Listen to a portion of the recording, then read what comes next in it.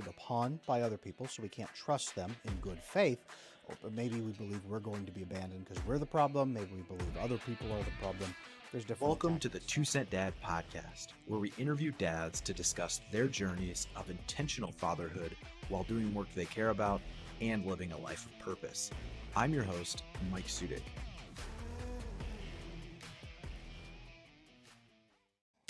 It's all about attachment.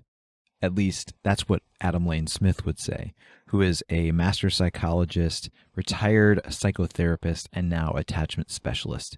He joins the 2 Cent Dad podcast today to talk about how a lot of issues that we face in our marriages, in our relationships, even with our kids, stems from our own attachment issues, often attachment issues that have come up from our childhood. And so he hits on a lot of important things and actually very practical advice about how we can go about fixing our attachment issues, but then also not creating attachment issues with our kids. So let's jump in to the conversation with Adam Lane Smith. All right. Today on the podcast, we have Adam Lane Smith. He is a master in psychology. He's a retired psychotherapist, but most importantly, he's a turned attachment specialist. He's also a father, which qualifies him for this podcast. But he's going to talk all about attachment. And what he does is he coaches individuals on how to fix relationship issues or personal issues that tend to, most of the time, come back to attachment issues that are unresolved. And so I'm real excited to talk about this topic, Adam. So welcome to the podcast. Man, it's fun to be here. Thank you. And I'm glad to be talking to dads who are making a difference in their children's life. So tell me about your background with attachment, Adam, because I know you have a lot of questions, obviously, but you practiced, and then now you're doing individual coaching. You've kind of pivoted into doing that, and you talk a lot about attachment. And so for someone that maybe is not aware of this, that's listening to this podcast, that's like, what does he mean by attachment? That's great, but how does it all, maybe someone that doesn't follow you, that is not up on the ties that attachment has to relationship issues, but maybe someone that's facing some issues in their marriage or maybe issues with their kids. Talk to us about how it all comes back to attachment. Yeah, absolutely. So attachment is the way that we connect to other people to give and receive love. We either believe we're going to be acted upon by other people, so we can't trust them in good faith, or maybe we believe we're going to be abandoned because we're the problem. Maybe we believe other people are the problem. There's different attachment styles, but the healthy, secure attachment is the one that believes we can cooperate with our family and with the people around us to get our needs met and mutual fulfillment on both sides. That is learned from parents. So when I say I'm glad fathers are making a difference in their child's life, a father is a huge figure for attachment. The way that you treat your kids is going to teach them if they're going to be acted upon by others, so they have to earn approval, they have to earn happiness from other people, they have to stop abandonment and prevent themselves from being abandoned by being perfect, or they need to run away and stay safe from people, they need to seek leverage on other people, they need to just make people happy so they'll leave them alone. That would be bad fathering. Comes from that, and there's a lot of generational issues that go into that. But healthy fathering is one where you bring in healthy attachment with your children, and you cooperate with them, you teach them, you guide them, you solve problems with them, you solve frustrations with them, even solve behavior issues with them cooperatively in your family. That's attachment, and that's why it's so important to learn about attachment if you're a father out there taking care of your children.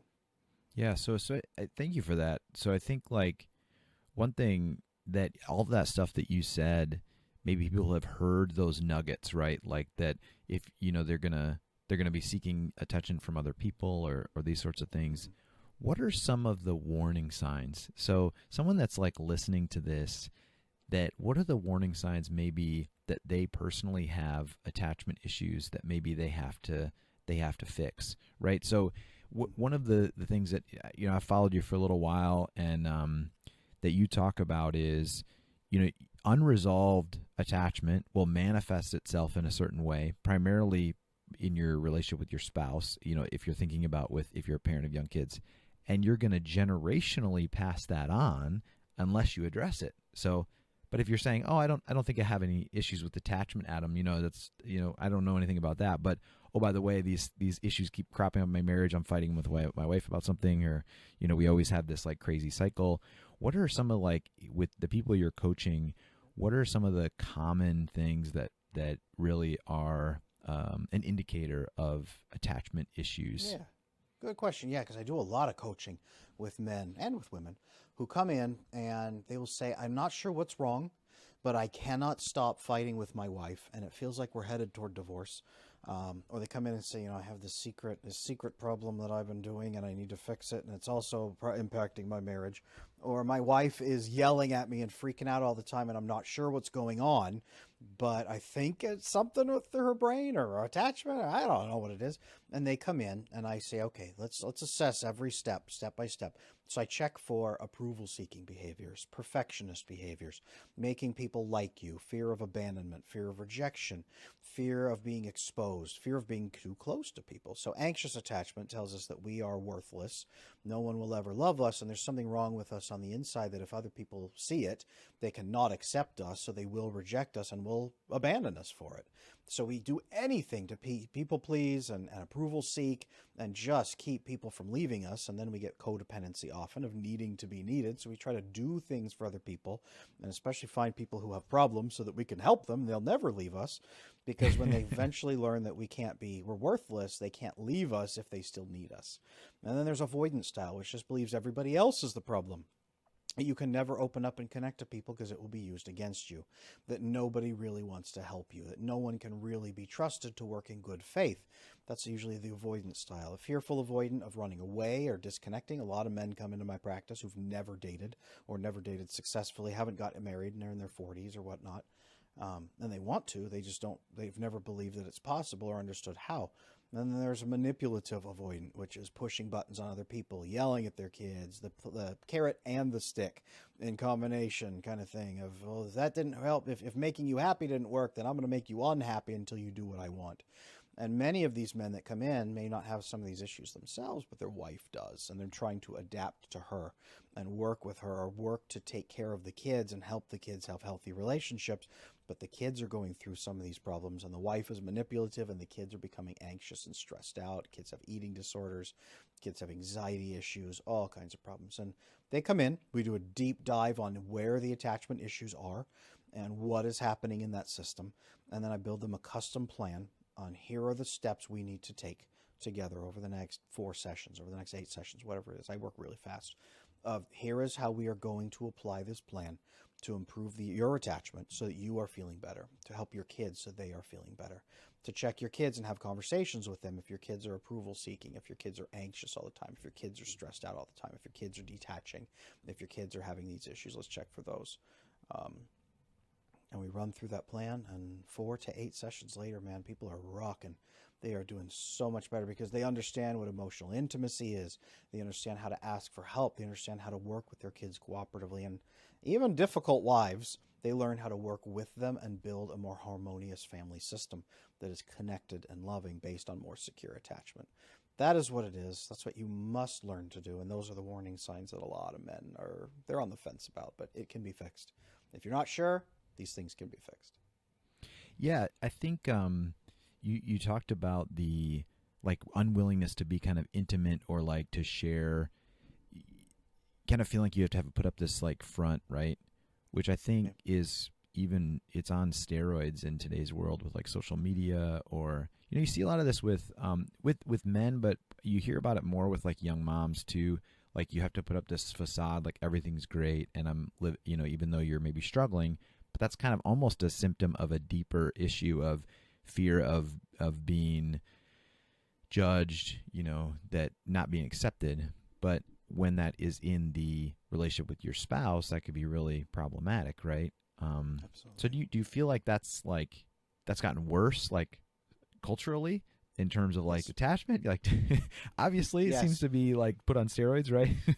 Absolutely. So our culture has broken down all of the safety nets that we are supposed to have that we can't slip through. So your core nuclear family is supposed to give you that good attachment, but if they can't, you're supposed to have family around you, aunts and uncles and cousins and grandparents who are healthy and would catch those few people who would slip through and would actually cooperate with them and take care of them.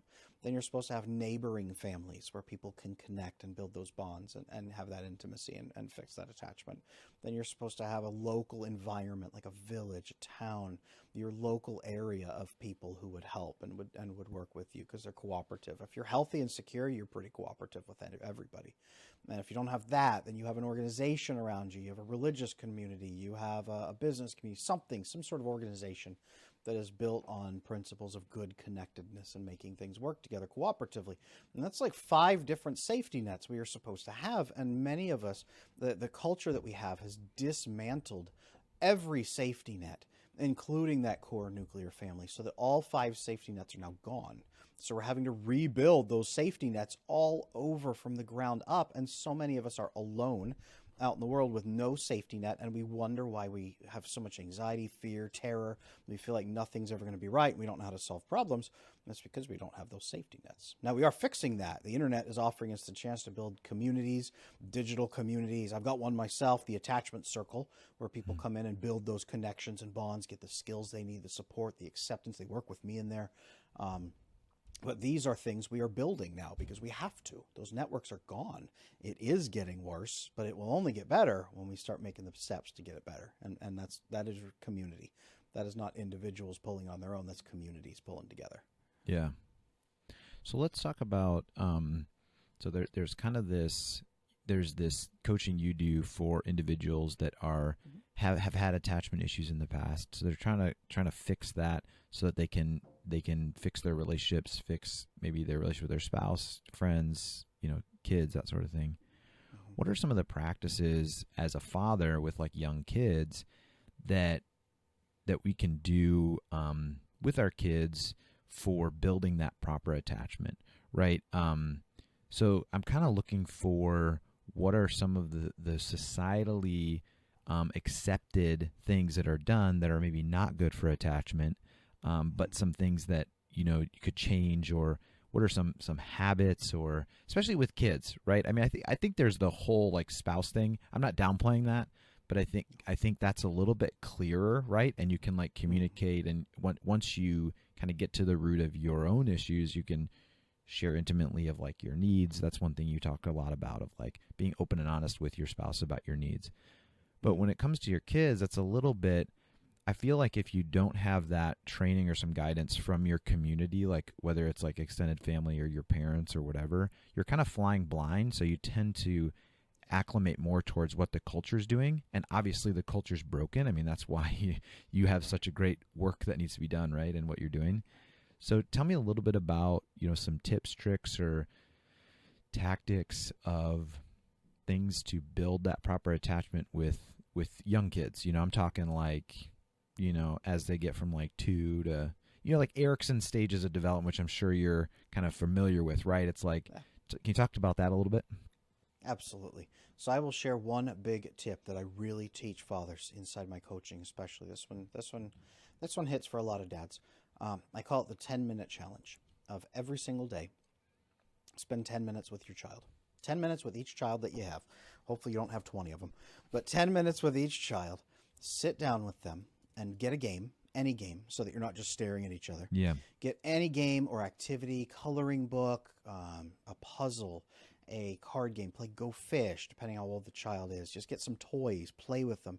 And as you are playing, you're doing something with your hands and you're looking at the things you're doing so it's not as confrontational.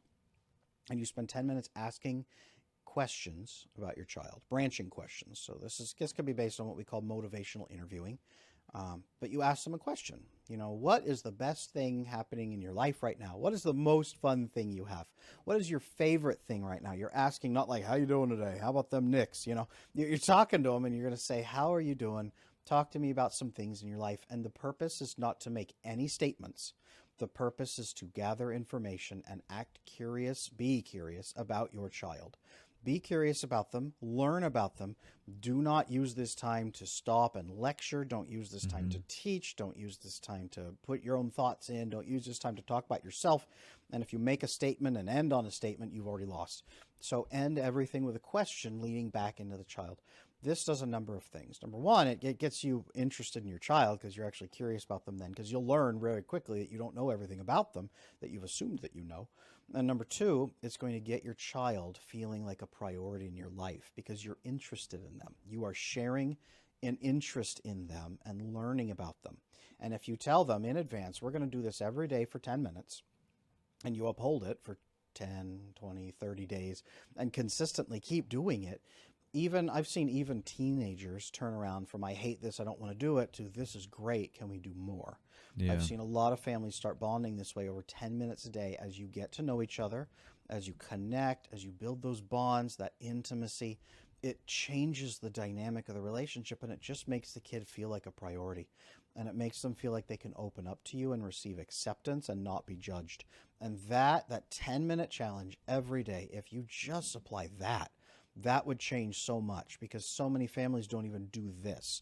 They'll spend time in the car driving, and they'll eat a granola bar on the way to practice, or they hug their kid real quick, and then they talk at their kid, or they turn on the TV real quick. And there's nothing necessarily wrong with those things, but we don't do the deeper dive that makes our child feel like a priority. We don't do the deeper dive that makes our child feel like we care, that we're interested, that we're curious. And we don't do those deeper connections that makes our child feel like my parent, my dad, in this case, my dad really wants to know me and wants to be around me. That is incredibly important for the health of a child and the health of a relationship. So if you want to give your child a shot at good attachment, that is a great way to do it. And many times over time, you might start digging into questions as you and the child work together. If they have attachment issues, you might find some pieces in there and start helping them uncover some of those feelings. And you can work together on those things, but you won't find them unless you ask those questions. Yeah, I think that's great advice. That's a good challenge. It's simple and easy to understand, but it takes this discipline to execute, right? Yeah.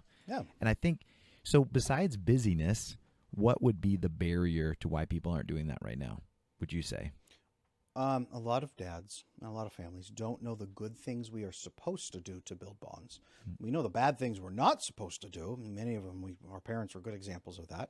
Sometimes our parents are good examples of missing the good things. And many people have attachment issues, even if they would say, I had a good family. I don't understand why I'm this stressed out. Missing the good things is exactly part of the problem. Learning those good things is why you hire a coach. It's why you do parenting trainings. It's why you learn about attachment, is because you need to add those good things back into your family's generational system so that you do them for your kids and your kids will do them better for their kids. The good things are missing. That's why people don't know that this is important. So hearing it on a podcast, like, dang, that's a good idea. Yes, it is. This is what parents have done, though, for thousands and thousands and thousands of years to show interest in their children. We're just reinstituting things that are missing. Thank you for listening to the 2 Cent Dad podcast. I wanted to take just 1 minute to tell you how this show is possible, and that is through my business, EC Group. We help software companies get more done by building them amazing developer teams. Now, those teams come alongside their in-house developers to help them build more and build faster. We are a purpose-driven company, which means that we use our profits to help support nonprofit work in the locations that we operate. We operate in the US, in Michigan, and also in Chennai, India. You can check us out at teamwithec.com. Again, that's teamwithec.com. So if you're hiring software developers or you know someone that's hiring software developers, check us out. Love to talk to you. Missing. Yeah. So you talk about like they know the things to do or what. How has the understanding around attachment changed or stayed the same? I was talking to my wife about this before, and she's like, you gotta ask him about Mary Ainsworth and like some of the past studies with modern studies versus like classic studies on like attachment and how that's changed. And there's things tied in with that, like the cried out method versus not doing the cried out method when they're so young. And, some of that is driven culturally. Like I think by, there's just people like, oh, they need to be tough and you need to just, cry it out. And then like they scrape their knee, you're fine, or distract them or like things like that are almost cultural, but are also baked into a family circle, right? That are going to sway you one way or the other. But can you talk about like kind of how the some of the studies on attachment or things have changed or stayed the same the last, like, let's just say even 50 to 60 years? Sure.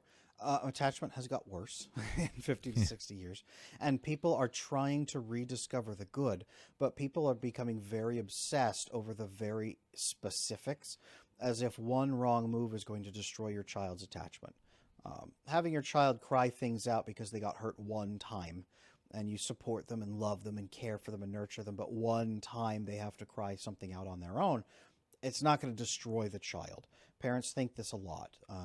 Now, I will say the first 6 months of life, you don't want to leave your child to cry things out. You want to give them the belief that someone will come and care for their needs. Someone will nurture them. And the research bears that out. Especially the first 6 months are big for not making them just go through things on their own. After that, there's a sequence of things you can do. You don't just dump the kid off in the woods at 6 months old. But there's a number of ways to go about this. But the purpose here is not to do everything perfect. That again comes from anxious parents, usually, who are terrified they're going to do something wrong and they don't know the good things to do. So they're trying really hard. They're defaulting really hard to not doing the wrong things. Instead, we need to focus on doing more of the right things. And that leads to creating something I call a self-correcting family system. A self-correcting family system is one that can absorb little mistakes because the child can come to you and check in with you and get reassured that the love and connection and bonding is there and the acceptance is there. That's the 10-minute challenge leads more to a self-correcting family system, because as you accept the child, give them warmth and care and nurturing, it can overcome some of the smaller mistakes you might make, because you can talk about them later and the child could say, you could say, do you ever feel like you're not accepted? Do you ever feel like you're lonely? Do you ever have a hard time believing people love you? And if they say yes, you can say, like why? What are you thinking there? And they can bring it up. They can bring up things that you did wrong. Yeah. And as a loving parent, you can go in and say, okay, you know what? I hear you. That hurts, but here's what we can do to talk about that. Let me provide context. Let me teach you there. Let me explain what's happening. Let me apologize. Let me get acceptance from you. Let's accept each other. Let's cooperate to solve this problem. And if you raise your child to cooperate with you to solve problems rather than that's on you, man, you're on your own, over and over and over, you're doing the good thing. So I encourage people. A lot of people do like attachment parenting and the research and all of that stuff. They dive into it. And it's good to know. Do not worry about being a perfect parent. Build a self-correcting family system. That's what I teach, because that is what will carry the day for the next 80 years of your family. That's what will do it, is building a self-correcting family system that gets better and better as it goes on, instead of just trying not to do the wrong things. Yeah, I think that's great advice, because I think you becoming obsessed and then consequently anxious about avoiding mistakes is a worse place to be than like, let's at least do these positive habits, and that's going to help us identify areas that we screwed up or whatever, right? Yeah.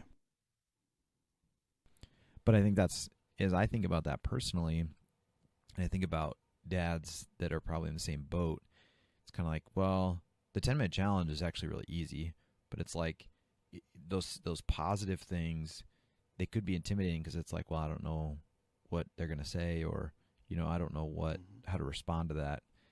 But it's like, that's the whole point. You just kind of got to dive into that and deal with it, right? It's like, you don't, what's the if you don't do it, then you're worse off, right? I mean, it's like the same with your spouse, right? You need to confront some of the issues. And I think that's one thing that you had a tweet a while ago that said, like, you talked about sharing your needs with your spouse. And it's like, I think there was a thought experiment. It's like, imagine if someone didn't tell you anything that they wanted and then just blew up whenever you didn't give them what they wanted. It's like, wouldn't you rather have someone that clearly communicated their genuine desires and what they want, and then you can meet them? It's like, well, when you put it that way, yeah, that makes a lot of sense.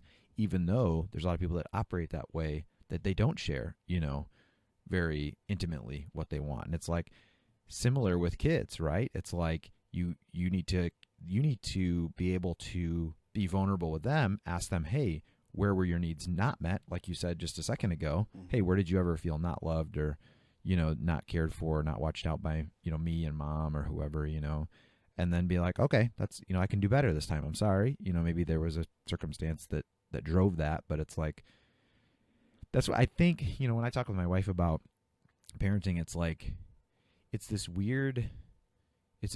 at the extreme is bad. Either if you're just like completely neglecting of a child, like, just cry it out, whatever, or if you're like treat them like an adult too fast, right? Like, oh, we're just going to do everything like we're just like equals, right? Like, that's not a healthy balance either.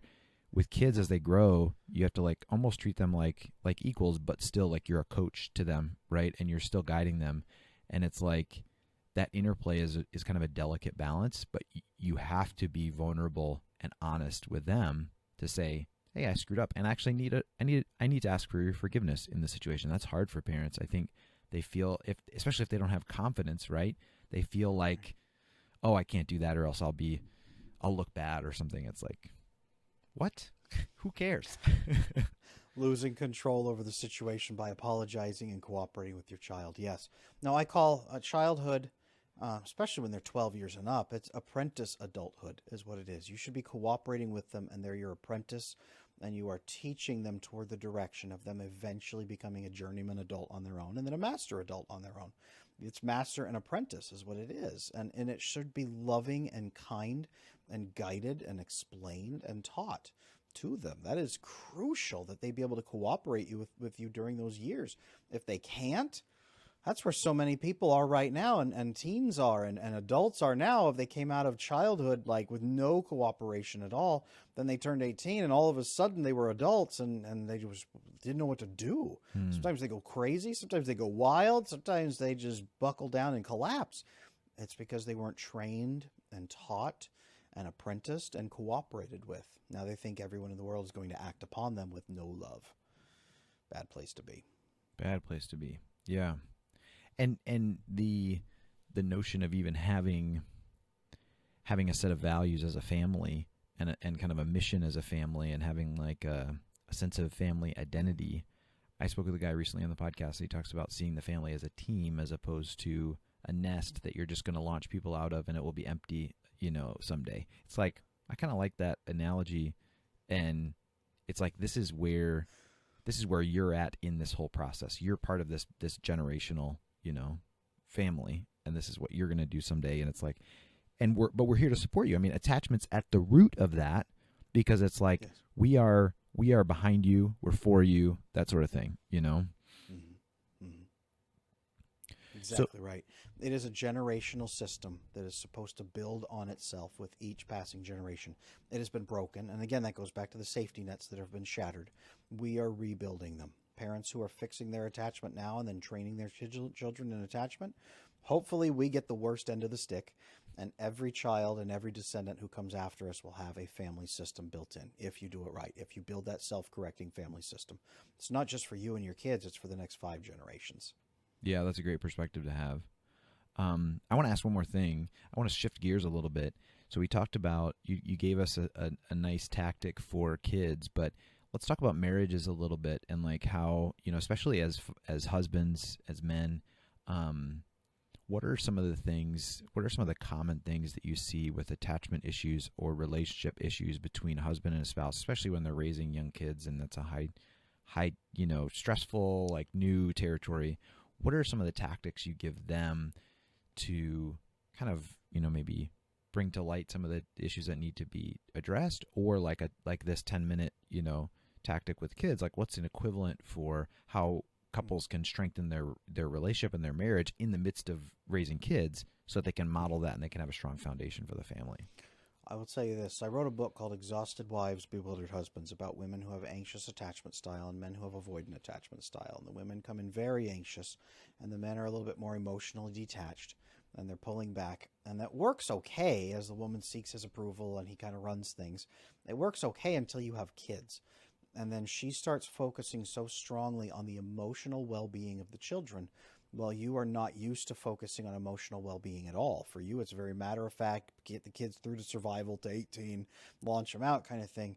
And you love your kids, but you don't know how to emotionally connect with them or with your wife. And emotional vulnerability is scary, and it's hard, and you push back on it because it's just weird, and you don't know how to do it.